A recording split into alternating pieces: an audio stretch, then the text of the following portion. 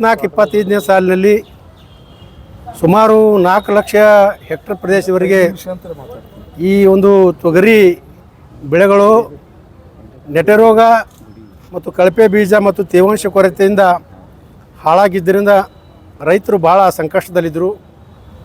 ಅಂಥ ರೈತರಿಗೆ ನೆರವಿಗೆ ಧಾವಿಸಿದಂಥ ನಮ್ಮೆಲ್ಲ ಮುಖಂಡರು, ರೈತ ಹೋರಾಟ ಸಮಿತಿ, ವಿವಿಧ ಸಂಘ ಸಂಸ್ಥೆಗಳು ಸೇರಿಕೊಂಡು ಇವತ್ತು ಹೋರಾಟ ಮಾಡಿದ ಹಿನ್ನೆಲೆಯಲ್ಲಿ ಸುಮಾರು 667 ಕೋಟಿ ರೂಪಾಯಿ ಹಣವನ್ನು ಸರ್ಕಾರ ಬಿಡುಗಡೆ ಮಾಡಿತು. ಸರ್ಕಾರ ಮಂಜೂರಾತಿಯನ್ನು ಮಾಡಿತು. ಅದರಲ್ಲಿ ಕೇವಲ 340 ಕೋಟಿ ರೂಪಾಯಿ ಮಾತ್ರ ಬಿಡುಗಡೆ ಮಾಡಿದ್ದಾರೆ. ಇನ್ನೂ 326 ಕೋಟಿ ರೂಪಾಯಿ ಕೂಡಲೇ ಬಿಡುಗಡೆ ಮಾಡಬೇಕು ಎನ್ನುವಂಥ ಒಂದು ಬೇಡಿಕೆಯನ್ನು ನಾವು ಇಟ್ಕೊಂಡು ಇವತ್ತು ಸುದ್ದಿಗೋಷ್ಠಿ ಮಾಡಿದ್ದೀವಿ. ಅದ್ರ ಜೊತೆಯಾಗಿ ಸುಮಾರು 1,20,000 ಹೆಕ್ಟರ್ ಪ್ರದೇಶದಲ್ಲಿ ಇನ್ನೂ ರೈತರು ಯಾರು ಇನ್ಸೂರೆನ್ಸ್ ಮಾಡಿಲ್ಲ ಅಂಥ ರೈತರಿಗೂ ಕೂಡ ಸುಮಾರು 307 ಕೋಟಿ ರೂಪಾಯಿ ಇವತ್ತು ಪರಿಹಾರನೂ ಕೂಡ ಅಂದಿನ ದಿನಗಳಲ್ಲಿ ನಮ್ಮ ಬೇಡಿಕೆಯಾಗಿತ್ತು. ಇನ್ನೂವರೆಗೂ ಕೂಡ ಆ ಹಣವನ್ನು ಕೂಡ ಬಿಡುಗಡೆ ಆಗಿಲ್ಲ. ಆದ್ದರಿಂದ ಏನು ಇನ್ಸೂರೆನ್ಸ್ ಬಾಕಿ ಹಣ ಇರುವಂಥ 326 ಕೋಟಿ ಮತ್ತು ಇನ್ಸೂರೆನ್ಸ್ ಇರಲಾರ್ದೇ ಇರುವಂಥ 307 ಕೋಟಿ ರೂಪಾಯಿ ಹಣ ಕೂಡಲೇ ಬಿಡುಗಡೆ ಮಾಡಬೇಕು ಎನ್ನುವಂಥ ಒಂದು ಆಗ್ರಹವನ್ನು ರಾಜ್ಯ ಸರ್ಕಾರಕ್ಕೆ ನಾವು ಮಾಡ್ತಾಯಿದ್ದೀವಿ.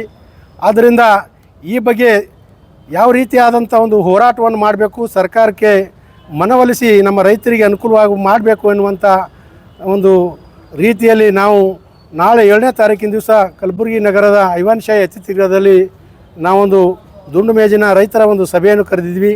ಆ ಸಭೆಯಲ್ಲಿ ಎಲ್ಲ ನಮ್ಮ ರೈತ ಮುಖಂಡರು, ವಿವಿಧ ಸಂಘ ಸಂಸ್ಥೆಯ ಎಲ್ಲ ಪ್ರತಿನಿಧಿಗಳು ಆಗಮಿಸಿ ಸಲಹೆ ಸೂಚನೆಗಳನ್ನು ನೀಡಿ ರೈತರಿಗೆ ನೆರವಾಗಬೇಕು ಎನ್ನುವಂಥ ಒಂದು ಸುದ್ದಿಗೋಷ್ಠಿ ಇವತ್ತಿನ ದಿವಸ ಇಟ್ಕೊಂಡಿದ್ದೀವಿ. ಸಮಿತಿಯ ನೇತೃತ್ವ ವಹಿಸಿದಂಥ ಮ್ಯಾಕೇರಿ ಅವರು ಹೋದ ವರ್ಷದ್ದು ವಿಷಯ ಹೇಳಿದರು. ಹೋದ ವರ್ಷ ಏನು ಘೋಷಣೆ ಆಗಿತ್ತು ಅದ್ರದ್ದು ಬರೀ 50% ರಿಲೀಸ್ ಮಾಡಿದ್ದಾರೆ ಕಂಪೆನ್ಸೇಷನ್. ಅದು ಒಂದು ವಿಷಯ. ಈ ವರ್ಷ ಏನಾಗಿದೆ 25-26 ಸೋಯಿಂಗು. ಈ ಸತಿ ತೊಗರಿ ಬೆಳೆ ಮುಂಗಾರು ಭಾಳ ಬೇಗ ಬರೋದರಿಂದ ಅರ್ಲಿ ಸೋಯಿಂಗ್ ಆಗಿದೆ.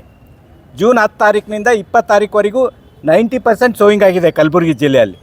ಆದರೆ ಮೊನ್ನೆ ಜುಲೈನಲ್ಲಿ 15ನೇ ತಾರೀಕಿನಿಂದ ಏನು ಮಳೆ ಬಂತು, ವಿಪರೀತ ಮಳೆ, ಆ ಮಳೆಯಲ್ಲಿ ತೊಗರಿ ಬೆಳೆ ಕೇವಲ 20-25 ದಿನದಿತ್ತು. ಅದು ಸಂಪೂರ್ಣವಾಗಿ ಕೊಚ್ಚಿ ಹೋಗಿದೆ. ಅದಕ್ಕೆ ರೈತರು ಕಂಗಾಲಾಗಿದ್ದಾರೆ.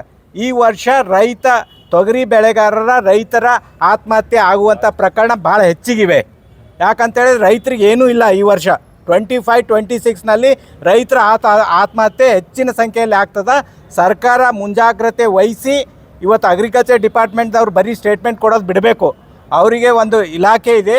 ಆ ಇಲಾಖೆ ಎಲ್ಲ ಆಫೀಸರ್ಸು ಪ್ರತಿ ರೈತರಿಗೆ ಜಮೀನುಗಳಿಗೆ ತೆರಳಿ ಕ್ರಾಪ್ ಏನೇನು ಡ್ಯಾಮೇಜ್ ಆಗಿದೆ ಅದ್ರ ಬಗ್ಗೆ ಸರ್ಕಾರಕ್ಕೆ ವರದಿ ಸಲ್ಲಿಸಿ ಸರ್ಕಾರದಿಂದ ಕಂಪೆನ್ಸೇಷನ್ ಈ ವರ್ಷದ 25-26 ಪಡೆಯುವ ಪ್ರಯತ್ನ ಅಗ್ರಿಕಲ್ಚರ್ ಡಿಪಾರ್ಟ್ಮೆಂಟ್ನವ್ರು ಮಾಡಬೇಕು ಅಂತೇಳಿ ಈ ಮೂಲಕ ನಾವು ಒತ್ತಾಯ ಮಾಡ್ತಾ ಇದ್ದೀವಿ.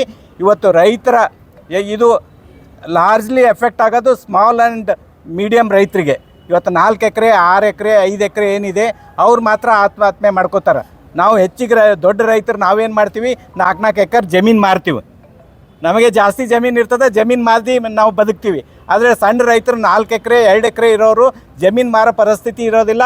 ಪರ್ಸ್ನಲ್ ಲೋನ್ ಅಲ್ಲಿ ಇಲ್ಲಿ ಫೈನಾನ್ಸ್ನಿಂದ ತಂದಿರ್ತಾರೆ, ಕಟ್ಟೋಕ್ಕಾಗಂಗಿಲ್ಲ, ಸ್ವಾಭಿಮಾನ ಇರ್ತದೆ. ಅಂಥವ್ರು ಆತ್ಮಹತ್ಯೆ ಮಾಡುವಂಥ ಒಂದು ಪ್ರಯತ್ನ ಭಾಳ ಈ ವರ್ಷ ಹೆಚ್ಚಿಗಿದೆ. ಅದಕ್ಕೆ ಸರ್ಕಾರ ನಿಗಾ ವಹಿಸಬೇಕು. ಉಸ್ತುವಾರಿ ಸಚಿವರು ಮುಂಜಾಗ್ರತೆ ವಹಿಸಿ ಅಗ್ರಿಕಲ್ಚರ್ ಡಿಪಾರ್ಟ್ಮೆಂಟ್ದವ್ರಿಗೆ ಎಲ್ರಿಗೂ ಸರ್ವೆ ಮಾಡಿಸಿ ಕಂಪೆನ್ಸೇಷನ್ ಕೊಡುವಂಥ ಒಂದು ಕಾರ್ಯ ಕೈಗೆತ್ತಿಕೋಬೇಕು ಅಂತೇಳಿ ಈ ಮೂಲಕ ನಾವು ಒತ್ತಾಯ ಮಾಡ್ತಾಯಿದ್ದೀವಿ. ಇಂದ ನಾವು ಈಗಾಗಲೇ ಹಾಗೂ ಅದರಲ್ಲಿ ಅನೇಕ ಸಂಘ ಸಂಸ್ಥೆಗಳು, ತೊಗರಿ ಬೆಳೆಗಾರ ಸಂಘವೂ ಇದೆ, ಎಲ್ಲರೂ ಕೂಡಿ ಪ್ರಯತ್ನ ಮಾಡಿದಾಗ ಸರ್ಕಾರದವರು ಸಹಾಯ ಮಾಡಿದ್ದಾರೆ. ಅವರಿಗೆ ನಾವು ಧನ್ಯವಾದನೂ ಹೇಳಿದ್ದೀವಿ.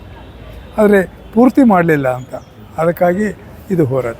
ಎರಡನೇದು ಬಹಳ ಮುಖ್ಯವಾದ್ದೇನೆಂದರೆ ಕಲಬುರಗಿ ಜಿಲ್ಲೆಯಲ್ಲಿ ಬೆಳೆಯುವಂಥ ವಿಶ್ವದಲ್ಲಿ ಯಾವ ಜಿಲ್ಲೆಯಲ್ಲಿ ಬೆಳೆಯೋದಿಲ್ಲ, ಕೇವಲ ಕಲಬುರಗಿಯಲ್ಲಿ ಬೆಳೆಯುವಂಥ GI ಟ್ಯಾಗಿ ಪ್ರತ್ಯೇಕವಾದಂಥ MSP ಇರಬೇಕು, ಅಂದರೆ ಬೆಂಬಲ ಬೆಲೆ ಪ್ರತ್ಯೇಕವಾಗಿರಬೇಕು ಅನ್ನೋ ಹೋರಾಟ ಇದೆ.